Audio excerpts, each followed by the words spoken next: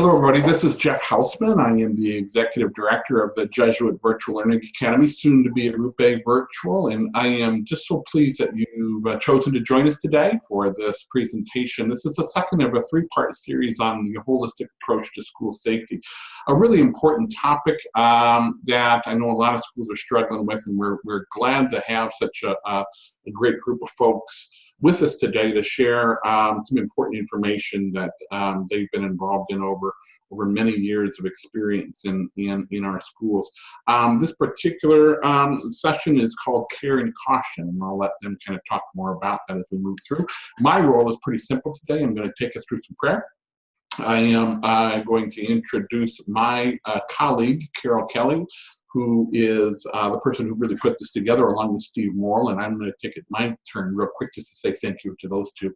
But when I introduce Carol, then she will introduce all of the other panelists. So with that, I am going to start with some prayer here. So this is a prayer that many of you are familiar with, a prayer for generosity. Lord Jesus, teach me to be generous.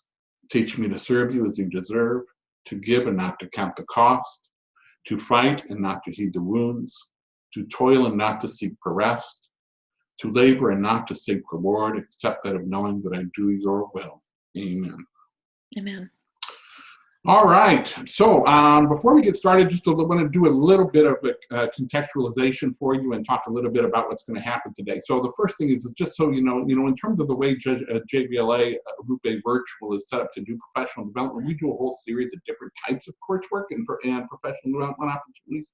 This, and so you can see from what's on the screen there, it's everything from just providing some basic research information to our member schools all the way to doing some really robust coursework.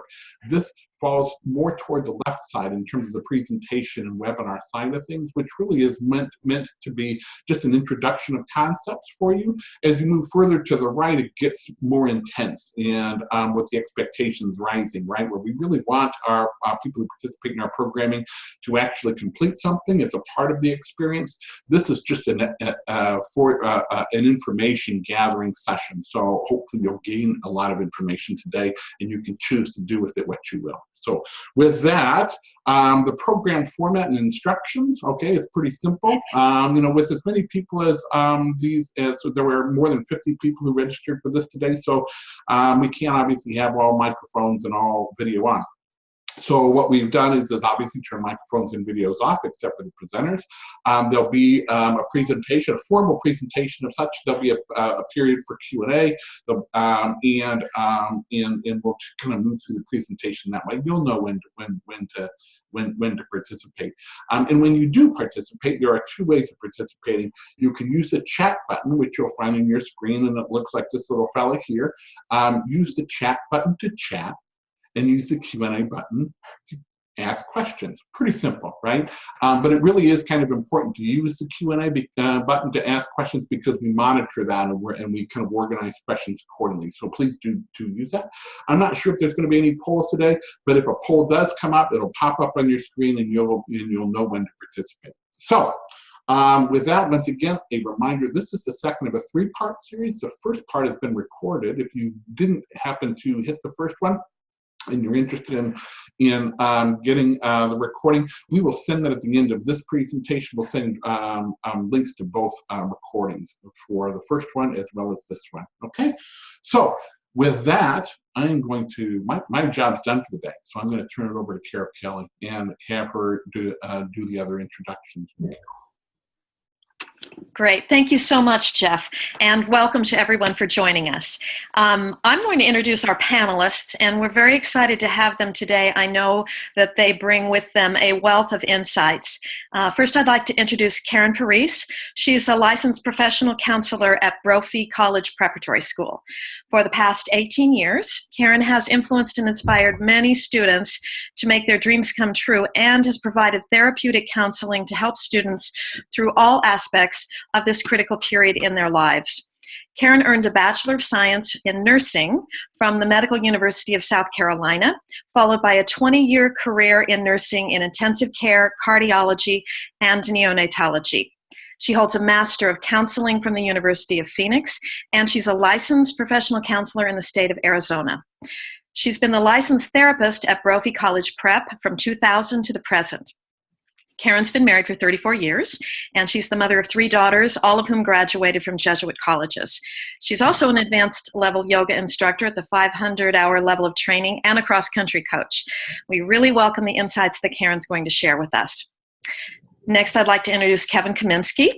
Kevin was born and raised in St. Paul, Minnesota. He earned his BA in History and English at Creighton University in Omaha, and he has a master's in community counseling from the University of Nebraska.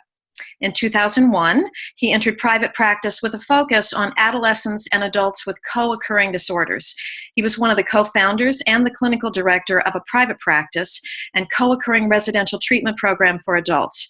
In 2010, Kevin became the director of behavioral health at a rural hospital outpatient behavioral health program, treating individuals of all ages. During his tenure as the behavioral health director, he helped an in-school collaborative therapist services program to be developed for public schools and for K through 6th grade parochial schools. In 2013, Kevin became the operations director of Catholic Charities of Omaha, and then their director of behavioral health. At the Catholic Charities, he developed a pilot program for school-based therapy services for public and parochial high schools throughout metropolitan Omaha. In 2018, Kevin became the mental health practitioner at Creighton Preparatory School. In his current role, he provides individual therapy services, crisis evaluations, substance abuse assessments, and family group therapy. Currently, he holds a caseload of over 45 standing clients, including running a nicotine awareness group, as well as overseeing the substance use policy and testing for the school. Kevin's also married, and he has 3 children, 19, 17, and 14. Finally, the moderator of our panel is Steve Morrill. Steve is the Director of Technology at Loyola Blakefield Prep. You'll remember Steve from our previous webinar. In addition to his many roles and distinctions managing every aspect of school security at Blakefield, Steve was awarded the first Cyber Educator of the Year award by Cyber Educators International. Please welcome our panel, and I will turn it over now to Steve. Thank you. Thanks, Carol, and thanks, Jeff. Good afternoon, everybody, and welcome to our second session. So we really appreciate your time this afternoon. This is a follow-up to our first session that was held back at the end of January on crisis management planning. As Jeff mentioned, that session was recorded, is available out on the JSC or the JAVLA website.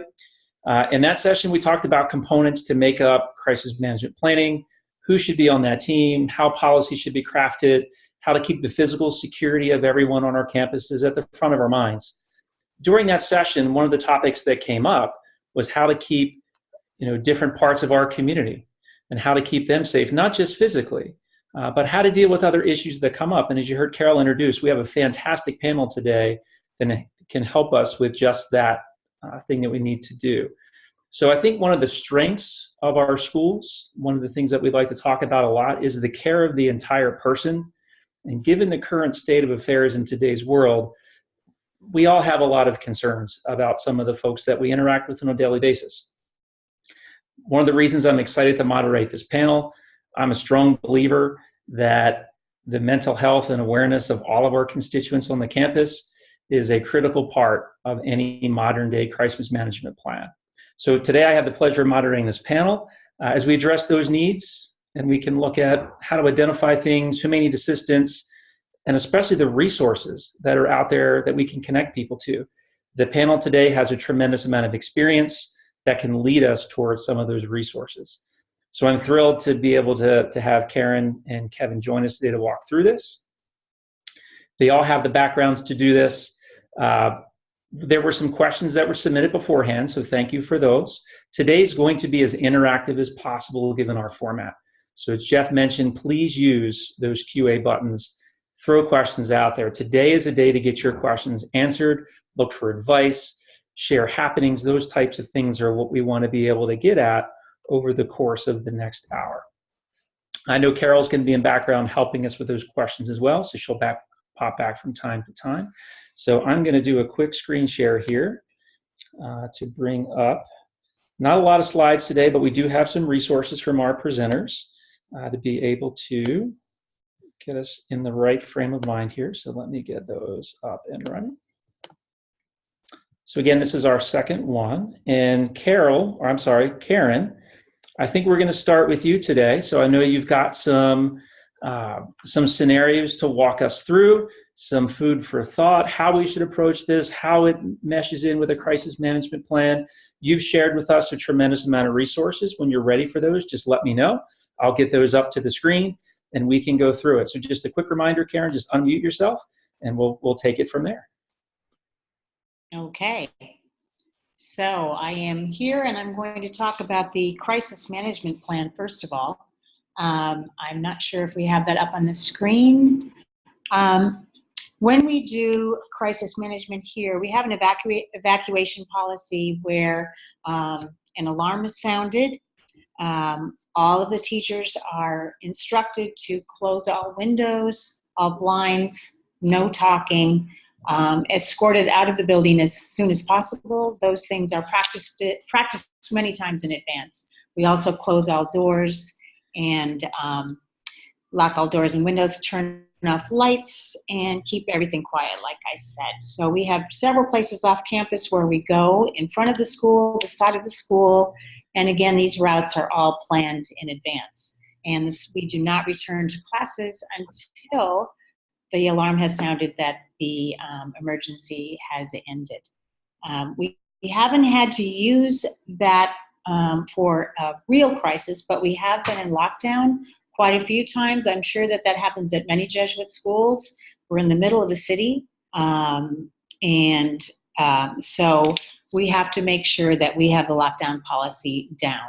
But again, we've never had to evacuate. We've never had a reason to call it a full-blown crisis. We did have one incident where a student posted a picture of himself with an AK-47 on a Facebook profile, a former student, so we did have to investigate, but again, we didn't have a full-blown crisis. So I think the most important thing for us for lockdown, for any type of crisis, is simply to stay calm, make sure that the students are kept calm, escort them quietly, keep the campus quiet, keep everything quiet.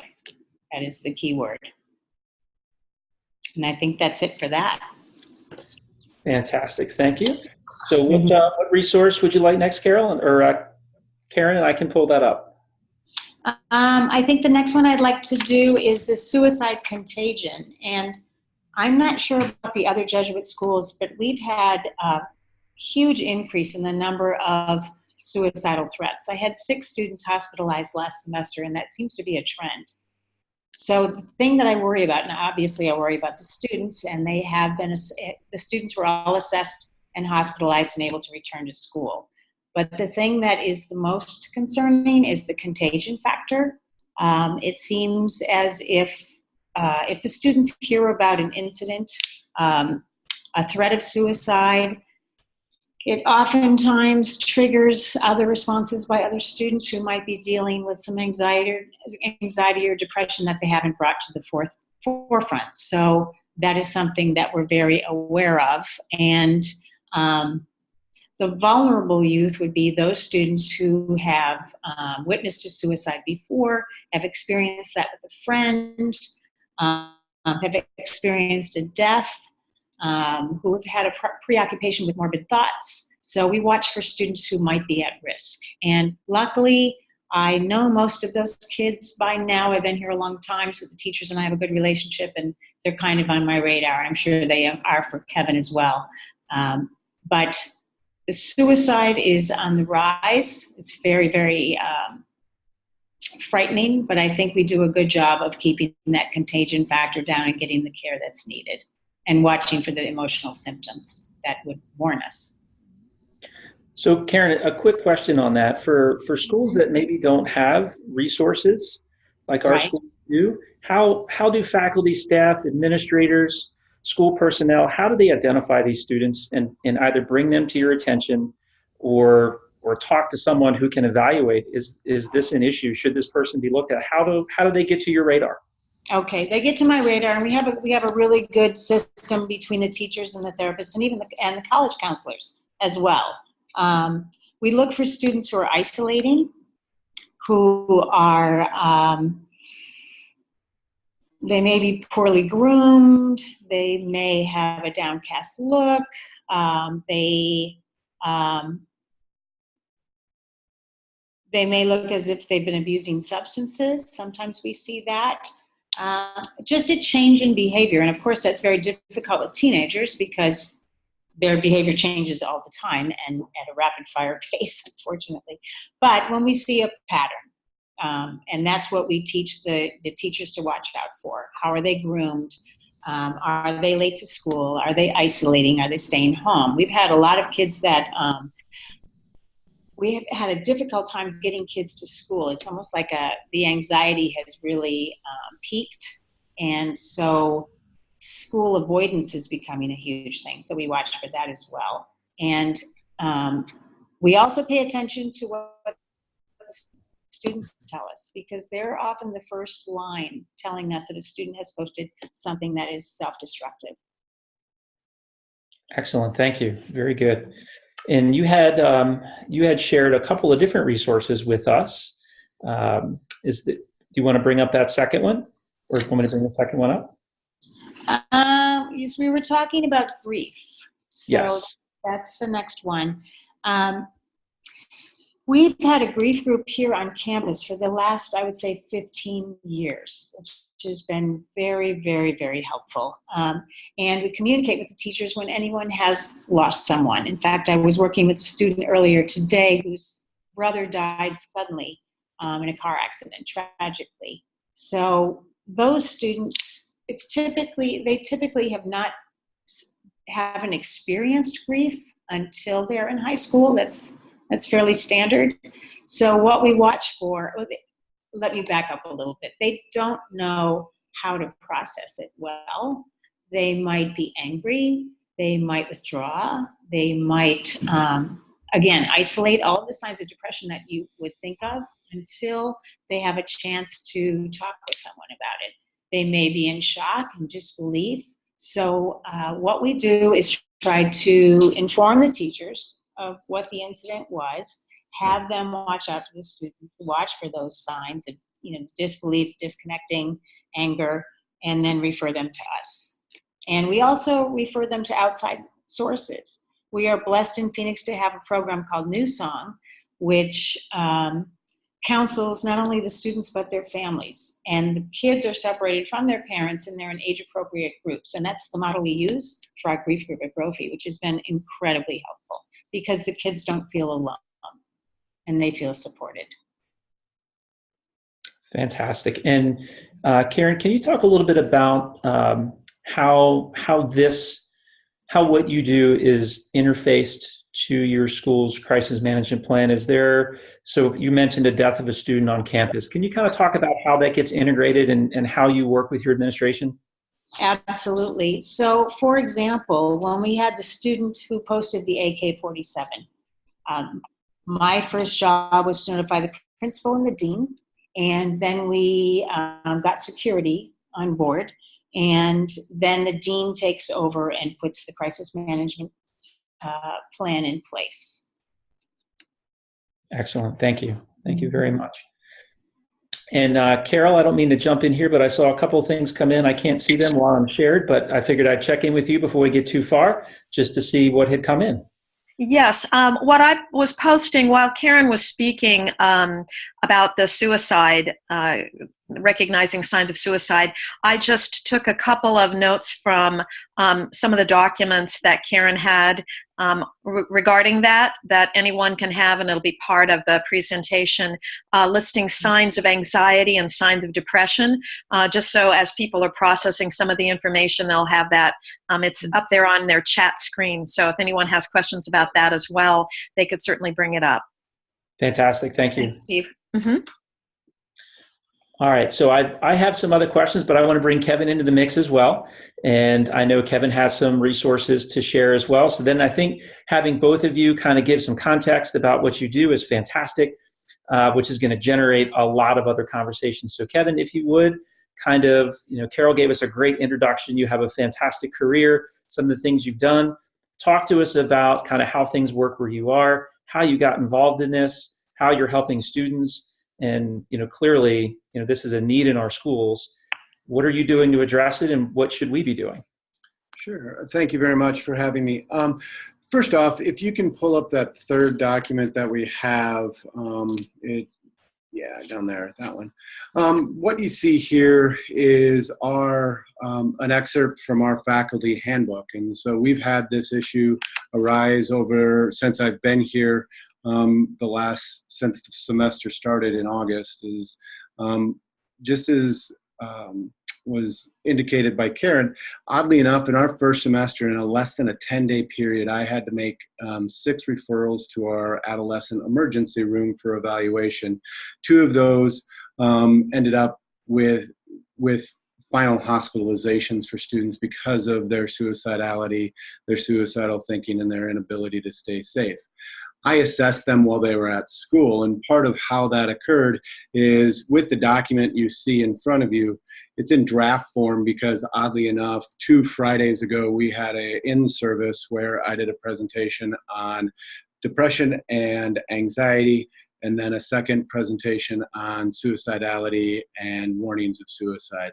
And what came out of that was to create, and again, remember this is in draft form, so some of the formatting is off, but it was asked by the teachers, and this is kind of how we've gotten to this point, because this is the first year that my position is on campus here at Creighton Prep here in Omaha, that ultimately, prior to this, most of the guidance counselors and or the dean of students would handle any issues with suicidality, excessive depression, etc. And so there may not be some consistency, as well as some communication lapses were to occur.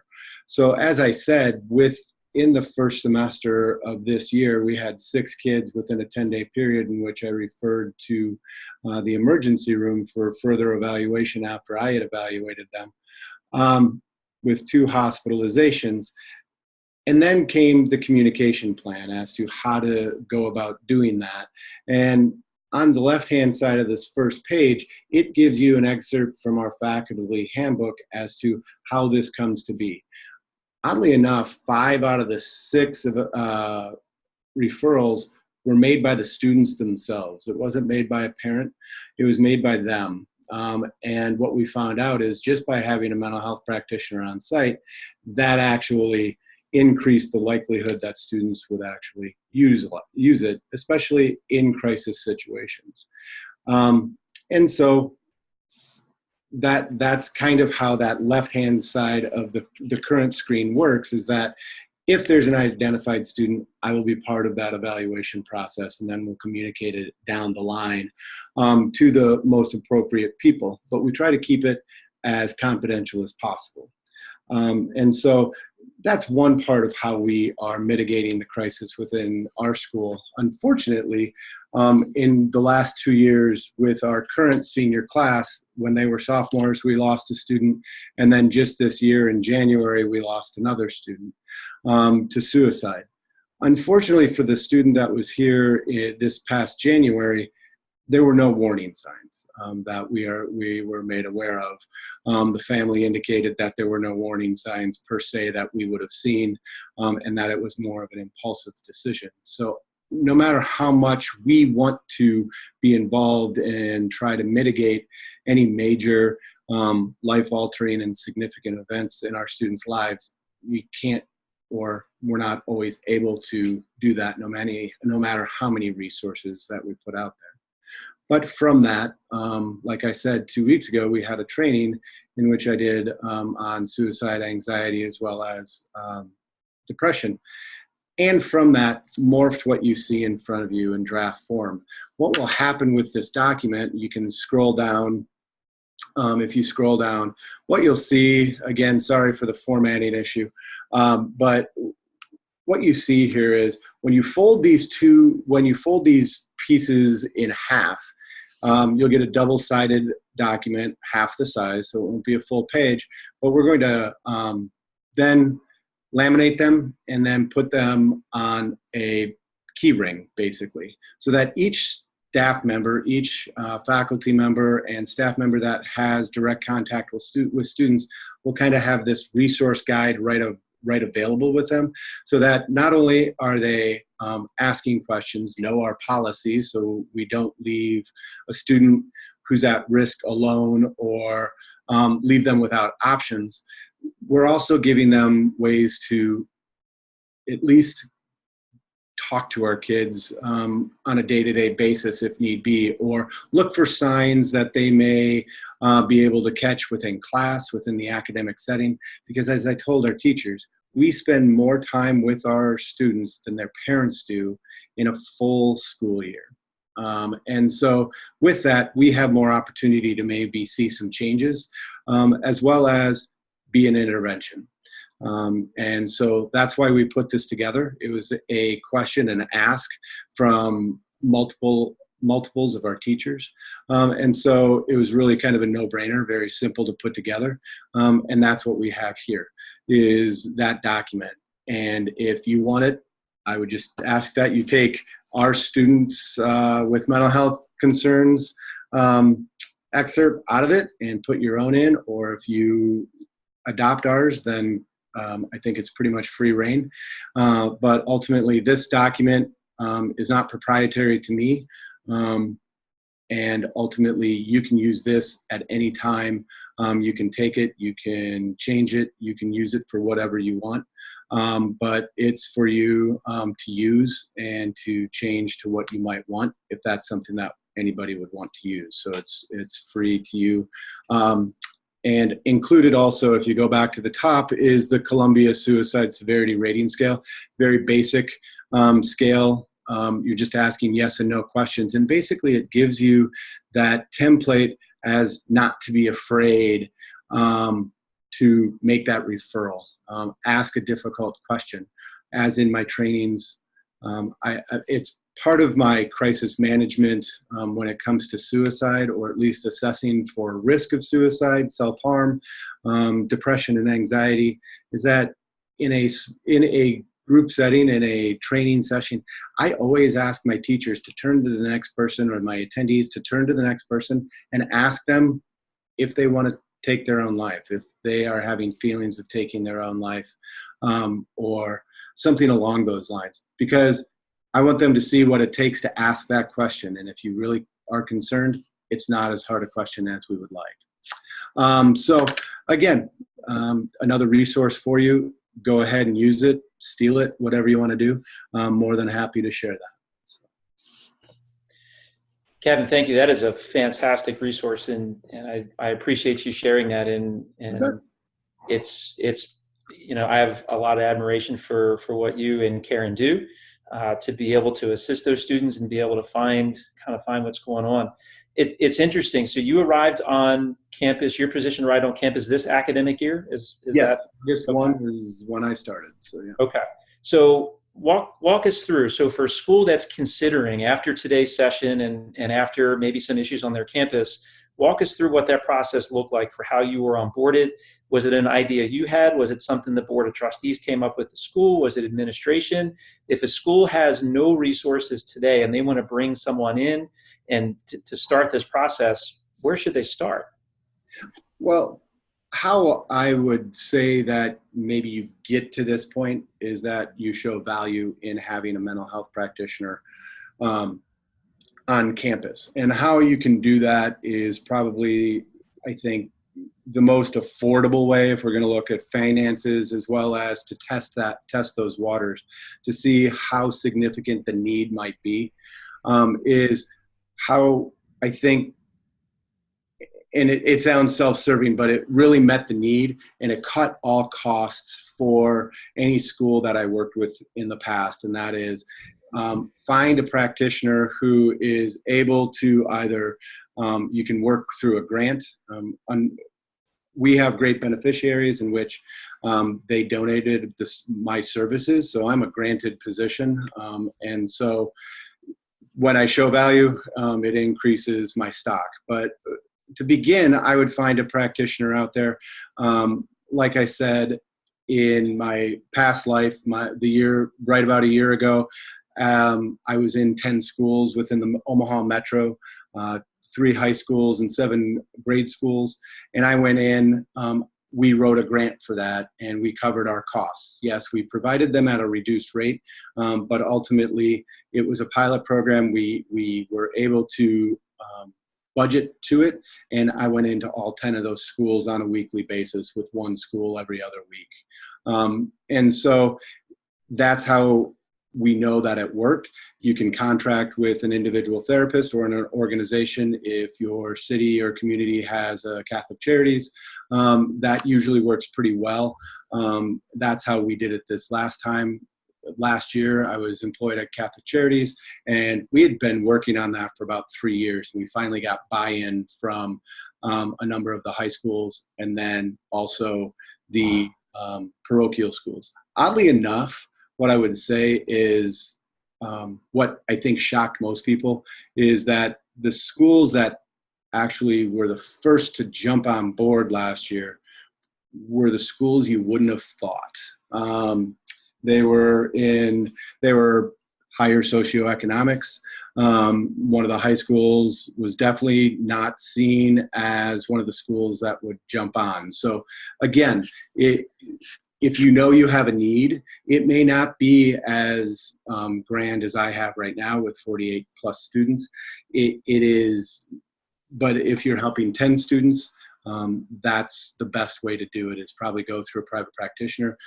Look for grants. The other piece is, depending on your state's reimbursement through, let's say they have a public insurance, so they may have Medicaid, whatnot, then sometimes the services can't be billed through the school. There's other ways around that. So you may have to become creative while working with them, or the school can put together a small package in which the individual would be able to come into the school for those services. We offered a wide range when I was doing it through Catholic Charities, as well as the rural hospital that I worked at before that.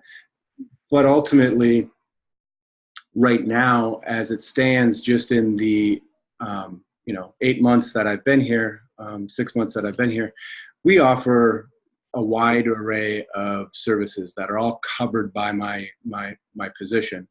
And where the benefit comes is I take a lot of the time out. And I think the extra time out, and I think that's a selling point for administrators as well as parents, is that we don't have travel time that puts another hour on, let's say, an appointment time during the week, or it doesn't take away from an extracurricular activity. The commute is from a classroom to my office. And so I think that's where some of the value is too. I usually spend on average 35 minutes with a student, because we kind of get down to business, because we're not trying to fill time because of the other time restraints or expectations. And so I think those are pluses.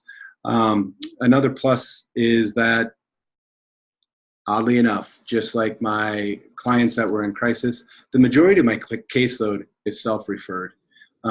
Students who came to me in a situational crisis, but after that moment, then came back and asked to see me on a weekly basis. And so that's when the parent gets contacted to sign off on that kind of treatment plan. And we work from there. We have a good communication with staff, and what we're trying to do also, and I think one of the bigger parts of my job, is to give the teachers the tools to assess, as well as not to take away from every kid needing my services, but being able to ask questions to keep them safe, as well as to kind of assess their worry and put their minds at ease as well. So that's kind of what it looks like today. Thank you. And you kind of dropped a question that I wanted to ask to both you and to Karen. Obviously, your services are in demand. What has changed? Is it awareness that has brought more students to counseling services? Is there a societal change? Kevin, you mentioned that some of the schools that jumped on this aren't necessarily the ones you would think of that would need those types of services. What's changed that has made these services so necessary? From my perspective, I don't think it's generationally the generation that we are in, or or the generation before us that the stigma has lessened. I do believe the stigma has lessened with the current generation, that therapy is okay, talking to somebody is okay, and there's nothing wrong with it.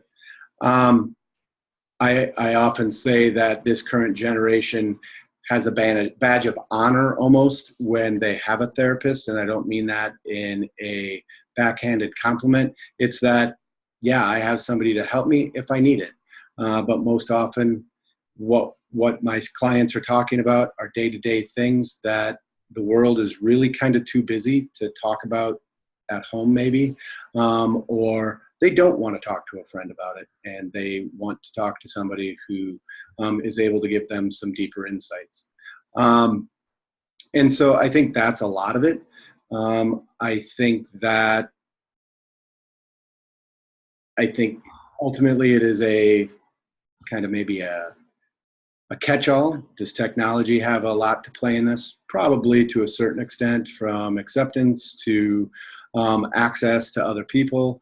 And it's a real relationship, and I think that's part of it. And as we move forward, what we do know is, as convenient as our worlds and our lives are, they're also very much more busy and much more hectic. And so I think that lends to this. And I think the pressures are greater for some odd reason, even though information and connectivity is at our fingertips. But again, a lot of that is that awareness that you don't have to feel a certain way, and you don't have to always just grit it out when things are tough. I wonder, excuse me, I don't mean to interrupt, but I would like to follow up on a question that came up, and that is, and it's right, dovetailing on what you were just speaking about there, Kevin, and that is the issue of the online presence of students, and in particular, something Karen alluded to earlier, and that is when suicide becomes almost like an epidemic, and it's very pronounced in terms of online communication that students have, social media, and those sorts of things. There's curiosity about what is the next step if a student takes their life or there's a suicide in your school. How do you go about preventing that from becoming almost of an epidemic nature when other students say, well, so-and-so did that, and they start to, it becomes a snowball effect, especially through social media. Could you address that at what you do in your schools, what you do in that situation? What's the step for those who are left behind to prevent them from succumbing to those kinds of feelings or those kinds of motives? Karen, did you want Well, I think education is a huge part of it, and we have taken some real steps forward. We now have, on the back of every student ID at Brophy is a crisis number, Teen Lifeline, and they are advised to call that at any time, 24/7. We haven't had a suicide, knock on wood, for the last 18 years. But if we did, in any crisis that we have, we would call the students into an assembly and talk about what has happened, talk about the facts, talk about the reality, talk about the safe spaces that we would make available for students to come and speak with us about. And we would also talk about the contagion factor and send a letter to the parents to say that, we want them to be extra mindful of their students' behavior in the days following a suicide. So again, we haven't had that happen, but we have made a lot of strides to bring the topic of suicide into the forefront. In fact, a couple of my students 2 years ago started a program called Stop the Stigma, and they will be presenting tomorrow at our Summit on Health. We'll also be presenting things on suicide and anxiety, depression, etc. But in terms of the suicide to prevent the contagion, I think it really is about education. I think it comes from behind with the information that the students can have at their disposal. And I think that it's something that we really just need to talk about, honestly. And I would piggyback off of everything that Karen had said, and it is about the education piece, the awareness. And in looking at the 2 suicides over the last 2 years, they were completely oddly enough, they were very, very different in the reaction of the student body. The first one, there was a lot of connectivity with that student. And with the second one, he was well liked by a group of students, connected to the school, very active academically.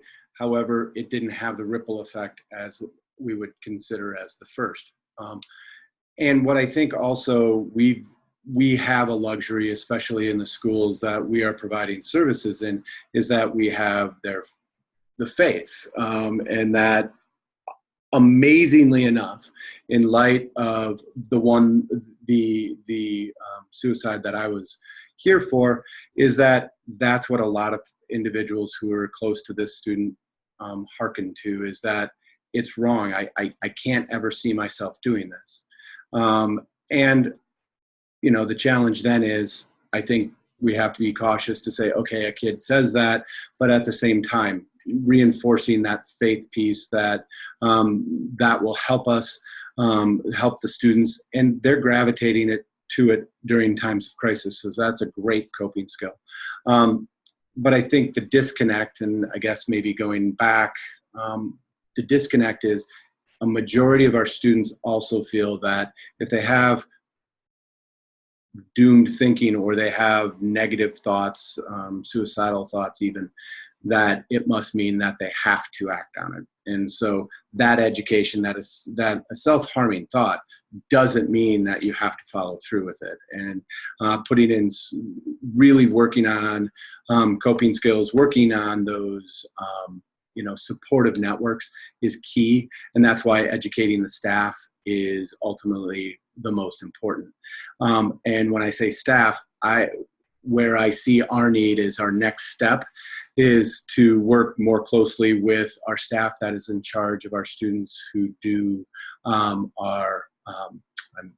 the term is slipping my mind, work study, is that sometimes they're treated more and more like employees, when that may be the time a kid becomes more self-conscious because they're working off their tuition. And so, other kids are walking through, and we've seen that. And oddly, we've had a larger number of students who are part of the work study program who have talked about that self-image issue. And so just working through it, and giving them those tools to look at, that's more of a badge of honor that you're working for your education, and you'll gain something more out of that in the long run. And oddly enough, that small piece is working. And so working with those staff members so that they're aware and they can see things too, because it's more of an isolated situation, not so much where kids are in classes and can be maybe hidden a little more, or have more reason to be more talkative. So again, trying to educate as many people as possible is probably the best way, educating those parents. And we've done, just in the last, since August, we've done a number of trainings on substances as well as depression and suicide for the parents after hours. So that's been good as well. Yeah, that's fantastic. Hearing you talk about the staff, Kevin, it brings something to mind. We spend a lot of time talking about our students. You're right. Our communities do have a lot of power to pick up on things like this, get them to the right places. What about the faculty and staff? What about their needs? Have you seen in your schools any uptick in adult issues that they're coming to you for, or they're looking for guidance? Karen, same question to you. I think this is something that's on every administrator's mind these days. How do you view that? Well, I'll go ahead. Would you like to go first? Nope, go ahead. I have had a stream of faculty come through in the last couple of years. We now are going to be referring people out because honestly, too many people were coming. It was too much of a good thing. It was more than I could handle here with our student population. But my door is always open, for sure. But I will refer out. But yes, there's been an increase in that. Just like Kevin said, there's been an increase in depression and anxiety and potential suicide. So I think there's a huge need. I think we could have an employee assistance program. I mean, that was one of the things I proposed, just having 1 or 2 days where I just met with faculty and staff.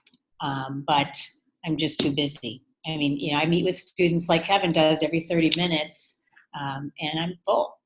So in terms of other schools, I think that there should be resources for teachers, and I also would strongly, strongly, strongly advocate to have a behavioral therapist on staff. It's very Agreed. helpful. Oddly enough, I also believe that just the presence of a mental health practitioner on staff reduces that feeling of overwhelmness as a whole, in the fact that they have a resource immediately in the building, so that if one of these situations, even suicidal thinking, even an increase in depression or anxiety, that lessens the staff and the faculty's anxiety in itself, so that it's not handed off and then they don't know what happens. If something gets handed off to me, I have some level of communication with them, so some of their stress really reduces. But we currently, in our practice, we have a EAP, oddly enough, through our Catholic Charities here in town. So that's our EAP for staff and faculty. Not to mention that, yes, individuals will come to me and ask questions. They will talk to me. But again, if it's more than just that consultation, we have a further discussion. But again, I think just having the expertise of a mental health practitioner on staff allows those individuals to maybe ask a question that will prompt them to follow through with something on the outside. But we are, again, our policy, our current procedure is that we already have an EAP in place. And so that's their kind of out in which they can use for their resource. And Thank you, Kevin. one other note that I'd like to bring up just quickly is that after you establish yourself with the administration, they oftentimes will call me if they're concerned about a faculty member or a staff member. They will ask me, I had this happen a month ago with a faculty member. They were very worried about his mental health, and we're getting ready to let him go.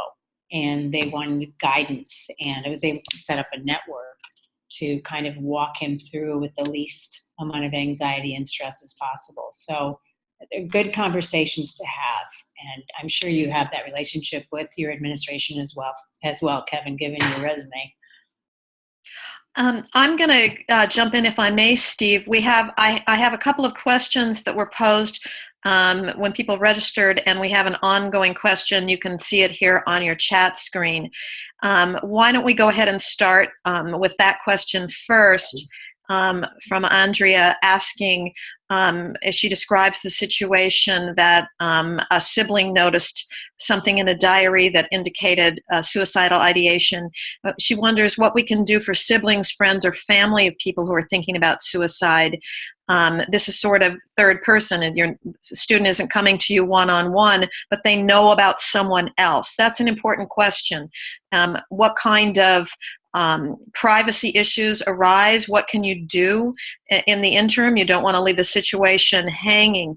Could you address that briefly? And then I do have a follow-up question, if you will, after that.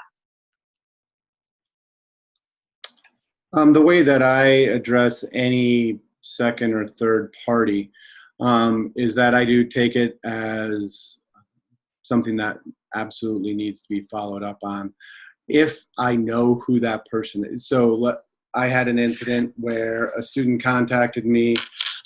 He was very worried about a friend.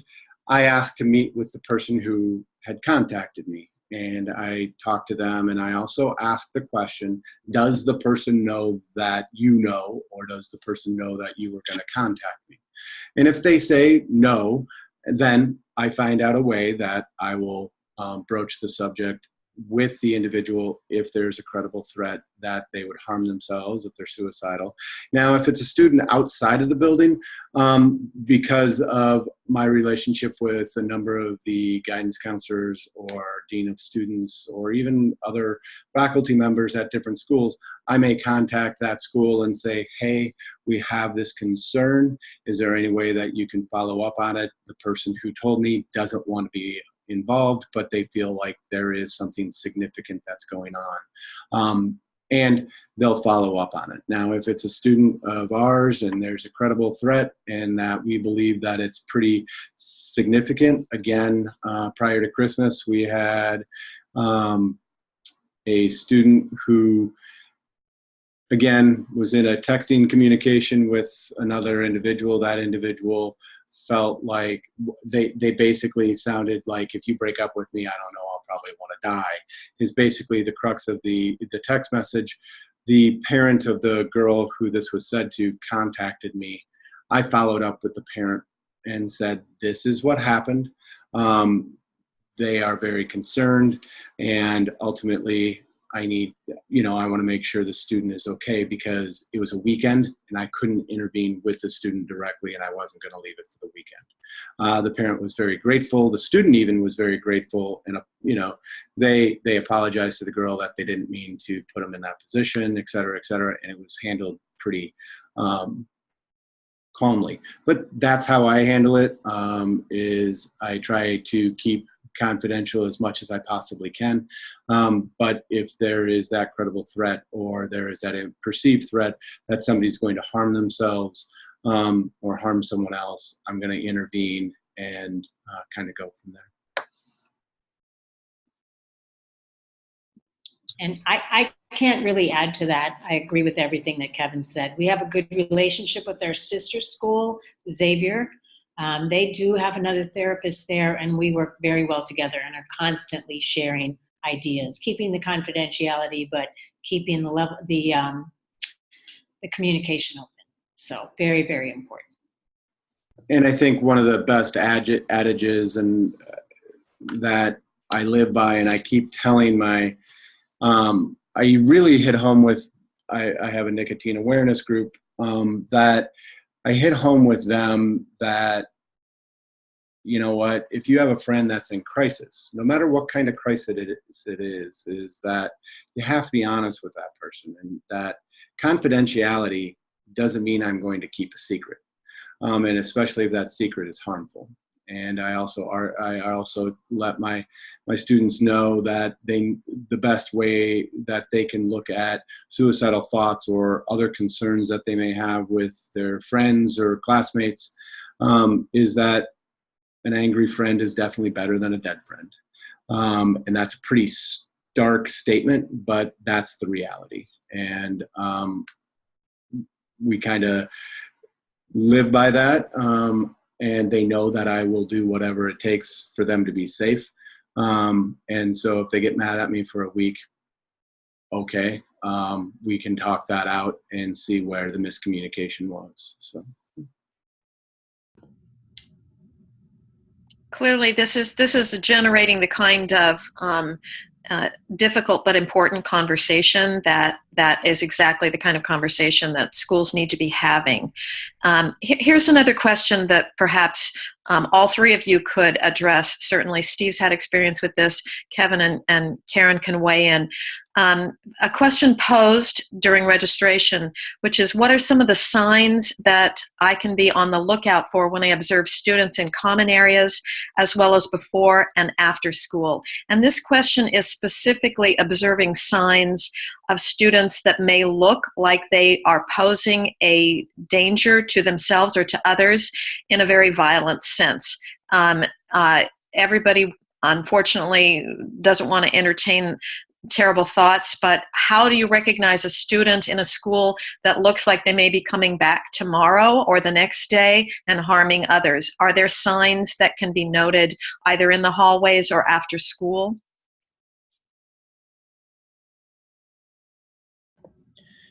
I'll take this one briefly and then defer to the experts we have here on the panel. If something like that were to happen here, typically it's reported through either the Dean of Students' office or it'll come into an administrator in some way, shape, or form, and then that is followed up on. In that previous session that we had on crisis management planning, once we had our incident here, there were follow-up reports, several of them that came in to teachers. Students felt comfortable. We talk about that community aspect. There was that line of communication that students felt comfortable to approach a faculty member or a counselor to say, hey, I think this person may have been involved in that, not in a malicious way, but in a caring, concern way. So we're very blessed that we have some of those communication pathways already in existence, that if something like that were to happen, it will come through. Faculty were a little bit more hyper aware after we had some of those incidents, and they also brought forward questions to the counselors or to the dean saying, hey, I'm not sure something's going on here, but maybe you can check into this person just to be super safe. And it worked really well. So to your point, Kevin, it's not, we preserved confidentiality, but questions had to be asked, and they were good questions.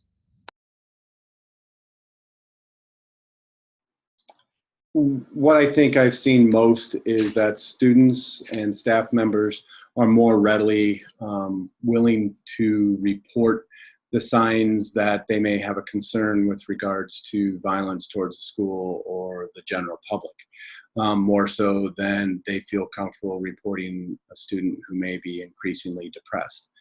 From my experience, there's not a lot of different, there's truly not a huge difference in the idea that the signs and symptoms of the depression are almost just as prominent for, let's say, that destructive behavior, that risky behavior towards the general public, the homicidal behavior, the outburst anger is pretty similar to that of the depressed individual who might take their own life. The difference is, and what I've seen, we had an unfounded and unsubstantiated threat earlier this year, which it was assessed, and the student himself was talked to, and yes, he was angry, but he verbalized that, yeah, I don't know if I'll be in school on Monday, and something along those lines, and that it actually made the students feel like he was going to do something to the rest of the student body, and in no way, shape, or form was he going to. And so, again, like I said, I think those are more easily reported because there's a general safety rule to the whole school. And so what I would say to watch out for, the isolationism increases and the vengeful anger is more prominent. Those would be the two key indicators for me. And that almost in a lot of different situations, the bullying is greater of that individual. And so those are kind of the indicators that I look for in individuals who might be more aggressive to the general public or the student body. Thank you so much, Kevin. So, I mean, just as a way of recapping, so students who appear more isolated or alienated from a group that they've been a part of, perhaps, certainly are indications, and students who it's noticed that they are particularly being bullied are certainly signs that they may be under duress. Are there any other sort of emotional or physical signs that might be alert signals that violence may be impending in an individual? Really just, we are taught as teachers to be educators, but you as the experts who understand those kind of behavior patterns, what else to watch for in addition to a student who seems to be more isolated? Are there physical or emotional signals that people can be looking for? Again, like I said, there's more of a vengeful anger and aggressiveness. And really behaviors can be more planning and where they may be more, examining areas of the school that are vulnerable or where they could do more damage. So again, it's one of those things where they become more attuned to their surroundings and the individuals that, especially adults that they were more, they might have been closer to, they become more detached as well. Less comforted by them, not that they were getting a specific type of comforting, but they could talk to them. Now they're even detached from them as well. And I would agree with the apathy, the changes in the behavior. And because of that potential threat last year with the AK-47, we now have ramped up our security. We have 2 security guards that are constantly roaming the campus, We've also put gates up, so those gates, the school is locked down for the most part during the day. But I would agree with Kevin that changes are the most important. Anger is a huge one, isolation. So he hit the nail on the head. Well, Karen, thank you so much, both of you. You introduced actually very well this last question that we have that was posed online just quickly. And you mentioned you have now security on site now that you didn't have before. And online, Kevin Babb posed the question, do you have any suggestions of places where grants can be applied to implement security in the school? And I would enlarge that question, just a brainstorm. Where can a school apply for grants to either provide the kind of services that you two are providing or provide security measures for the school, for schools that don't have budgets for these kinds of things? Brainstorm session on that, or even what I will promise is that Steve will follow up. I know he probably has suggestions and we'll make them available online, but if you have any ideas right now, that'd be great just to get them at the end. I was actually hired initially with Title 19 money, so that was the way that I got into this program initially. And then it turned into a salary position. But our two security people are retired police officers. I don't know how they're funded. I wish I could tell you, but we're very, very grateful to have them. And as I said before, we have some very generous beneficiaries. And so ultimately, that's how some of our programming is covered. In past, we used local grants.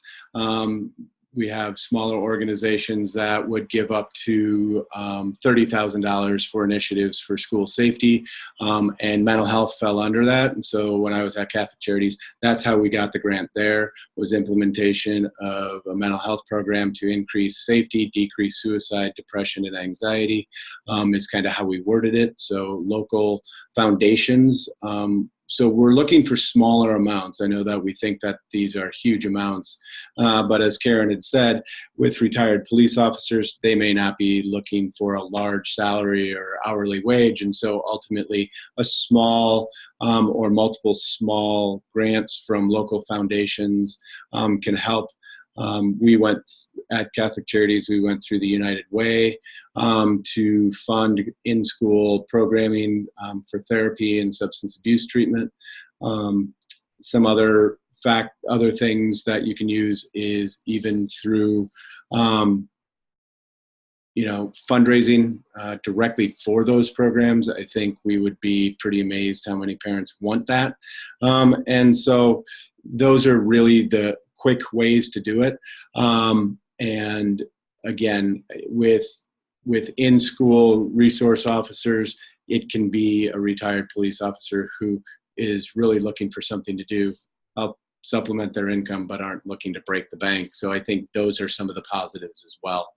Whereas we've increased our security with cameras and whatnot, but our students, based on scheduling and with study halls and whatnot, and depending on when those fall in the day, they can come and go as they please. And then later in the day, our doors are pretty much wide open for a period of time. So if somebody plans, we need somebody on site to monitor that, because we also have students monitor that. So it's not always the highest level of security after school. So again, you utilize your local grants to make schools safe, and then also work through to see if there's some sort of joint venture through police or sheriff's departments would be my next suggestion. I know that some of our schools have done that as well. Yep, and quick. One other point in terms of the retired police officers being on campus, they have formed a great bond with the students. So they have become a huge part of the community, and they're with the students, on the campus more than almost anyone, because we're all in classes teaching, but they are always on the watch. They're always having conversations with the students. They really have a great relationship with our boys. So that has been extremely helpful, because they will notice the changes in behavior. So I think that's another plug for them. Yep, I agree. Security providers are important, and they will become part of your community. They should become part of your community. That was a big theme in our first session that we did. So I know Jeff is going to signal that we're coming up on time. We could talk about this for the next 6 hours. It's a critically important topic, and I have to say that this was just a stellar group of people to pull together. So Carol, hats off to finding all of the people, the right people to get to it. So well done. It's our network. Thank you so much, everyone. And thank you for your questions. And thank you for joining us. And I'm unable not to make a pitch. Please check out all of the programming we have for professional development, linking our network on all issues from in the classroom to outside the classroom. So thank you all so much. Jeff? All right. It is 4:05. We've gone over by 5 minutes. So feel free to leave. If there are 1 or 2 extra questions, I'm assuming maybe Kevin and Karen and Steve, you can stick around just for a couple seconds just to see if anything else pops up. But otherwise, thanks everybody for joining us, and have a great afternoon. We hope to see you in March at the last session, which will be important as well. So thanks so much. I do already have a follow-up question.